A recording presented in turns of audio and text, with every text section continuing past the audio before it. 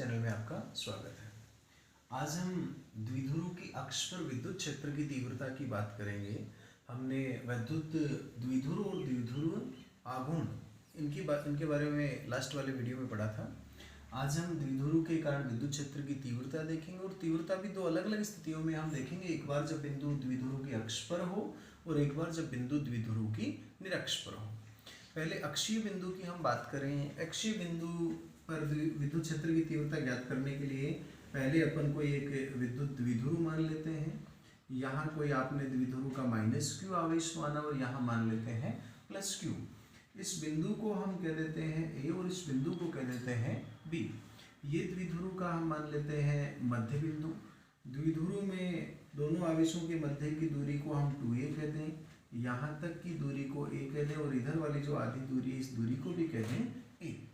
अब हम द्विध्रुव से r दूरी पर इसकी अक्षीय स्थिति पर कोई बिंदु P की बात करेंगे, जिस बिंदु P पर हमें विद्युत क्षेत्र की तीव्रता ज्ञात करनी है।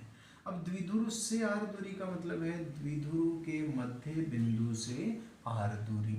तो बिंदु B से दूरी कितनी होगी? इस पूरी r में से ये a दूरी आपको घटानी है, तो लिख देंगे r-a।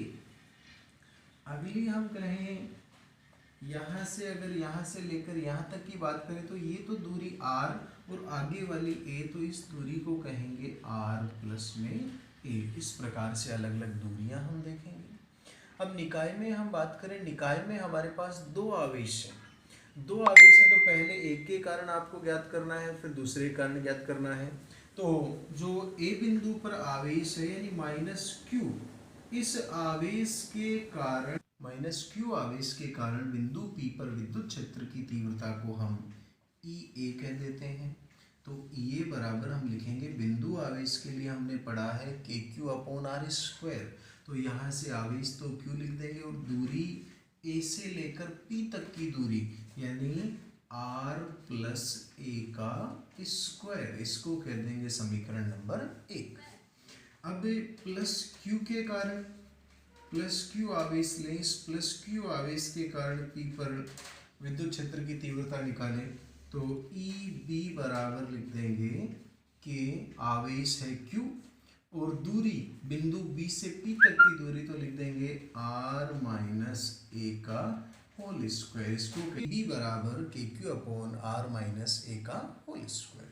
अब EA और EB की दिशा देखें तो विद्युत क्षेत्र के लिए हम जानते हैं -q आवेश के कारण दिशा इनसाइड अंदर की तरफ और +q आवेश के कारण आउटसाइड बाहर की तरफ हम लेते हैं। तो यहाँ पर EA की दिशा हम दर्शाएंगे अंदर की ओर और EB की दिशा हम दर्शाएंगे बाहर की ओर।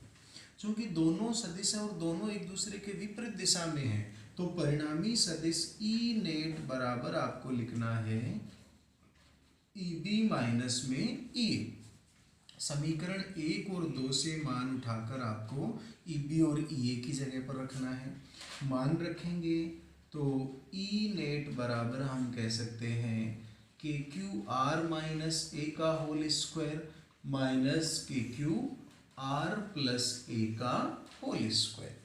यहाँ से हम KQ कॉमन लेके लिख सकते हैं, तो KQ को हम कॉमन लें 1/r-a का होल स्क्वायर माइनस 1/r+a का होल स्क्वायर। फिर यहाँ से E नेट बराबर हम कहें KQ, एलसीएम लेकर लिखें तो r-a का होल स्क्वायर r+a का होल स्क्वायर और यहाँ हम लिख देंगे r+a का होल स्क्वायर माइनस r-a का होल स्क्वायर। यूँ आपको लिख देना है और इसको आगे सोल्व करें। होल स्क्वायर को हटाकर हम लिखना चाहें तो यहाँ पर हम लिख देंगे E नेट बराबर में KQ, ऊपर होल स्क्वायर को हटाएं, a+b का सूत्र हम जानते हैं a² + b² + 2ab। तो लिख देंगे r² + a² + 2ar। फिर अगला ब्रैकेट हटाएंगे r² + a² - 2ar। ऐसे ही भाग में हमने लिखा है r - a और r+a, इन दोनों का स्क्वायर आपको लिख देना है। और आगे हम लिखें यहाँ से ब्रैकेट यहाँ से हटाकर हम लिखेंगे तो ई नेट बराबर K Q R square plus A square plus 2AR, फिर यहाँ से ब्रैकेट हटाएंगे तो minus R square minus A square plus 2AR। भाग में इसके लिख देना है, यहाँ पर आपने लिखा है a माइनस बी और a प्लस बी, तो सूत्र लिख देंगे a square minus B square, a की जगह पर यहाँ r और b की जगह पर a है, तो R square minus A square का होल स्क्वायर। अब प्लस माइनस को तो कैंसिल कर देंगे, यहाँ आर स्क्वायर, यहाँ भी आर स्क्वायर, यहाँ ए स्क्वायर कैंसिल, और आगे हम लिखेंगे तो ई नेट बराबर के क्यू, यहाँ 2AR और यहाँ भी 2AR, तो लिख देंगे 4AR upon R square minus A square का होल स्क्वायर। और इसको हम आगे थोड़ा सा सोल्व करें तो यहाँ से हम लिखेंगे ई नेट बराबर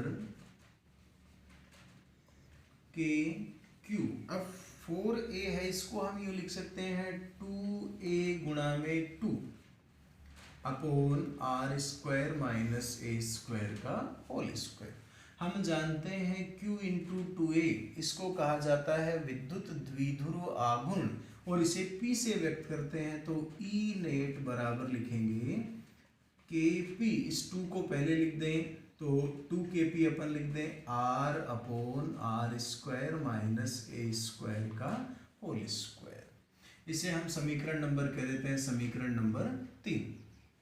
अब यहाँ पर हम कहें जो a है या 2a की बात करें, दोनों आवेशों के मध्य की दूरी है।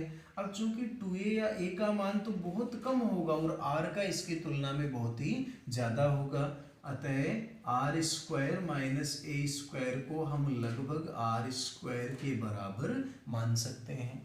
ये मान समीकरण 3 में रखें तो ई नेट बराबर 2kpr अपॉन आर स्क्वायर का स्क्वायर, स्क्वायर हम हटाएं तो स्क्वायर का स्क्वायर है तो पावर को गुणा करेंगे तो 4, यहाँ पर r की एक पावर कैंसिल करेंगे तो हर में पावर रह जाएगी 3, तो 2kp अपॉन आर क्यूब।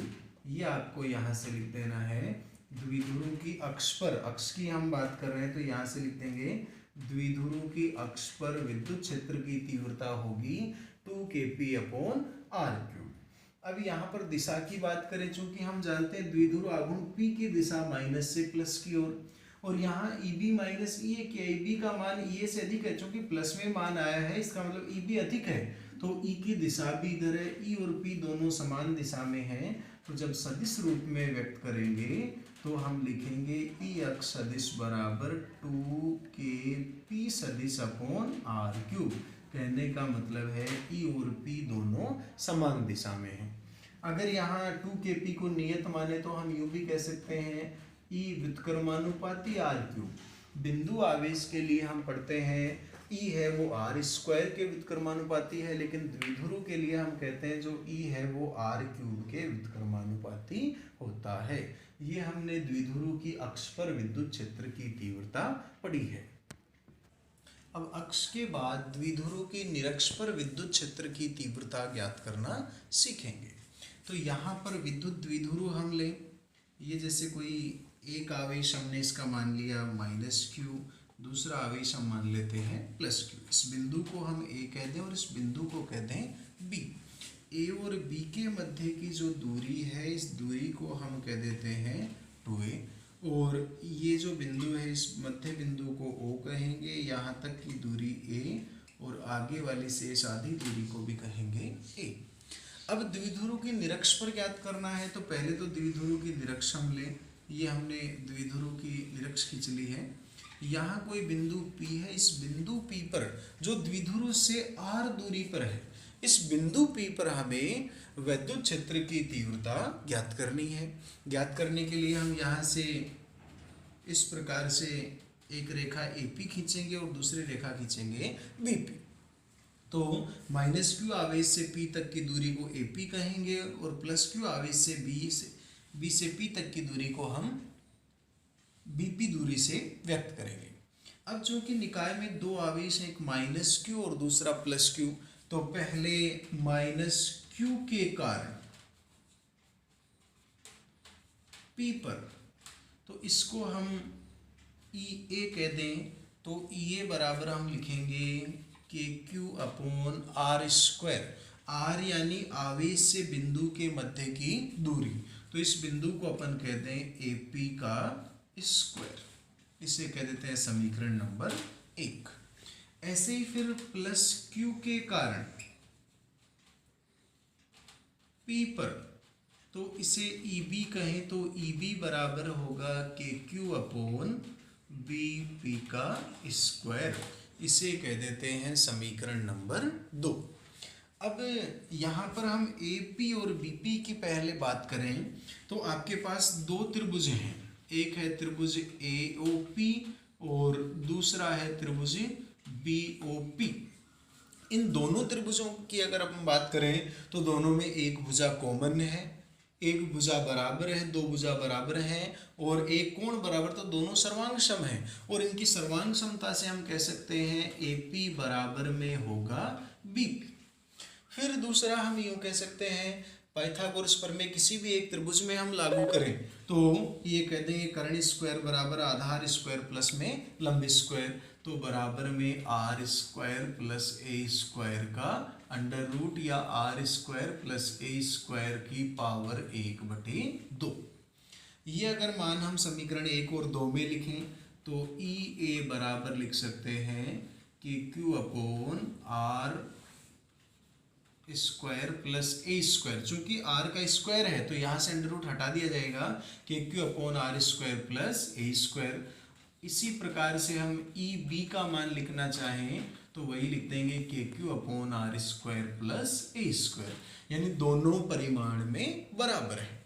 अब इन दोनों की दिशा की बात करें, चूंकि ये माइनस क्यू आवेश के कारण है, माइनस क्यू के कारण है तो दिशा अंदर की ओर, तो यहाँ से हम दिशा बनाएंगे अंदर की ओर, इसको हम कहेंगे ई ए। ऐसे ही ई बी है वो प्लस क्यू आवेश के कारण है तो दिशा बनाएंगे बाहर की ओर, चूंकि हम जानते हैं प्लस के कारण दिशा होगी बाहर की ओर। अब ये जो ई ए और ई बी हैं ये ना तो दोनों क्षैतिज में हैं और ना ही दोनों ऊर्ध्वाधर में हैं। इसके लिए हम घटक लेंगे, घटक लेने के लिए कोण हम मान लेते हैं, तो इधर वाले कोण को हमने थीटा माना, चूंकि सर्वांग सम है तो ये कोण भी होगा थीटा। अब यहाँ पर एक बिल्कुल क्षैतिज में हम लाइन खींचें, ये कोण थीटा है तो ये भी कोण हो जाएगा थीटा, क्योंकि ये एकांतर कोण बन रहा है। फिर ये कोण थीटा है तो ऊपर वाला भी थीटा होगा, क्योंकि ये और ये दोनों संगत कोण बन रहे हैं। तो यहाँ से अगर हम घटक लें, ई ए का इधर वाला घटक कह देंगे ई ए कोस थीटा, इधर वाला हम कह देंगे ई ए साइन थीटा। ऐसे ही ई बी का इधर वाला घटक कह देंगे ई बी कोस थीटा और ऐसे ऊपर वाला घटक कह देंगे ई बी साइन थीटा। अब चूंकि ऊर्ध्वाधर में दोनों के घटक परस्पर विपरीत दिशा में हैं और ये हमने कह दिया दोनों के मान बराबर हैं, तो हम कहेंगे ऊर्ध्वाधर दिशा में जो घटक हैं वो परिमाण में समान और विपरीत दिशा में है, अतः एक दूसरे को निरस्त कर देंगे और क्षैतिज दिशा में समान दिशा में होने के कारण आपस में जुड़ेंगे और जुड़कर परिणामी विद्युत क्षेत्र को व्यक्त करेंगे। तो यहाँ से हम कहें बिंदु P पर परिणामी विद्युत क्षेत्र ई नेट का मान अगर हम लिखें तो ई नेट का मान होगा ई ए कोस थीटा प्लस हम कह देंगे ई बी कोस थीटा। क्योंकि ई ए और ई बी दोनों बराबर हैं तो हम यूँ भी कह सकते हैं ई नेट बराबर 2 EA कोस थीटा या 2 EB कोस थीटा, ये भी कहा जा सकता है। इसे कहते हैं समीकरण नंबर 3। और ये हमने क्यों लिखा, क्योंकि हम कह रहे हैं EB और EA दोनों बराबर हैं। अब EA का मान तो हम पहले से जानते हैं और त्रिभुज AOP में या BOP में किसी भी एक त्रिभुज में कोस थीटा का मान हम लिखें तो कोस थीटा हम कहते हैं आधार बटे कर्ण, आधार हम A कहेंगे और कर्ण हम कहते हैं AP, तो हम कह सकते हैं A बटे में AP या AP का मान हमने लिखा है R square plus A square की पावर 1/2। ये मान उठाकर आपको लिख देना है समीकरण नंबर 3 में। 3 में मान लिखें तो E नेट बराबर 2 K Q upon R square plus A square और कोस थीटा का मान A R square plus A square की पावर 1/2। और आगे इसको सोल्व करें तो के क्यू, इस 2 को आगे ले जाएं तो q इंटू 2a, और यहाँ पावर 1 है और यहाँ 1/2, तो लिख देंगे R square plus A square की पावर 3/2। अब चूंकि q इंटू 2a, इस q इंटू 2a के बारे में हमने पहले पढ़ा है, q इंटू 2a को कहा जाता है p, यानी वैद्युत द्विध्रुव आघूर्ण। तो यहाँ से हम लिख देंगे ई नेट बराबर में K P upon R square plus A square की पावर 3/2। इसे कह देते हैं समीकरण नंबर 4। अब यहाँ हम कहें ए का मान आर से बहुत कम है तो R square plus A square लगभग आर स्क्वायर के बराबर होंगे। ये मान समीकरण 4 में रखें। समीकरण 4 में रखने पर लिख देंगे ई नेट बराबर के पी अपॉन आर स्क्वायर की पावर 3/2। यहाँ पर पावर के ऊपर पावर है तो 2 तो कैंसिल हो जाएगा, और आगे हम इसे लिख देंगे ई नेट बराबर के पी अपॉन आर क्यूब। ये द्विध्रुव के निरक्ष पर हमें वैद्युत क्षेत्र की तीव्रता का व्यंजक प्राप्त होगा, अतः लिख देंगे ई निरक्ष बराबर के पी बटे आर क्यूब। अब यहीं से दिशा की बात करें तो P की दिशा तो माइनस से प्लस यानी इधर होगी, और E की दिशा दोनों जिस दिशा में जुड़ रहे हैं उस दिशा में इसके बिल्कुल विपरीत होगी। दोनों विपरीत हैं तो सदिश रूप में व्यक्त करने के लिए लिखेंगे E निरक्ष सदिश बराबर के पी सदिश अपॉन आर क्यूब। चूंकि विपरीत है तो यहाँ पर चिन्ह आपको लिख देना है माइनस। इस प्रकार से आपको व्यक्त करना है। अब इसके लिए भी हम कह रहे हैं, निरक्ष के लिए भी हम कह रहे हैं ई निरक्ष समानुपाती 1/r क्यूब या व्युत्क्रमानुपाती आर क्यूब, यानी निरक्ष पर भी विद्युत क्षेत्र की तीव्रता आर क्यूब के व्युत्क्रमानुपाती होती है। आगे इसी में एक और छोटी सी बात हम पढ़ें।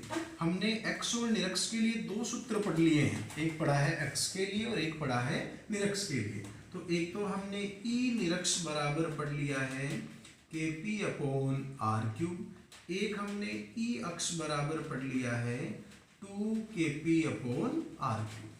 के पी अपॉन आर क्यूब को हम यहाँ से ई निरक्ष कह सकते हैं, तो ई अक्ष बराबर हम कहेंगे 2 गुणा में ई निरक्ष, यानी हम अक्ष और निरक्ष पर अगर समान दूरी की बात करें तो समान दूरी पर निरक्ष पर जितना विद्युत क्षेत्र आएगा अक्ष पर उसका 2 गुना विद्युत क्षेत्र हमें प्राप्त होता है।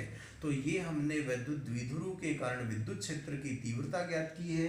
एक बार अक्षीय स्थिति पर ज्ञात की है और एक बार निरक्षीय स्थिति पर ज्ञात की है। कोई भी समस्या लगे तो कमेंट्स बॉक्स में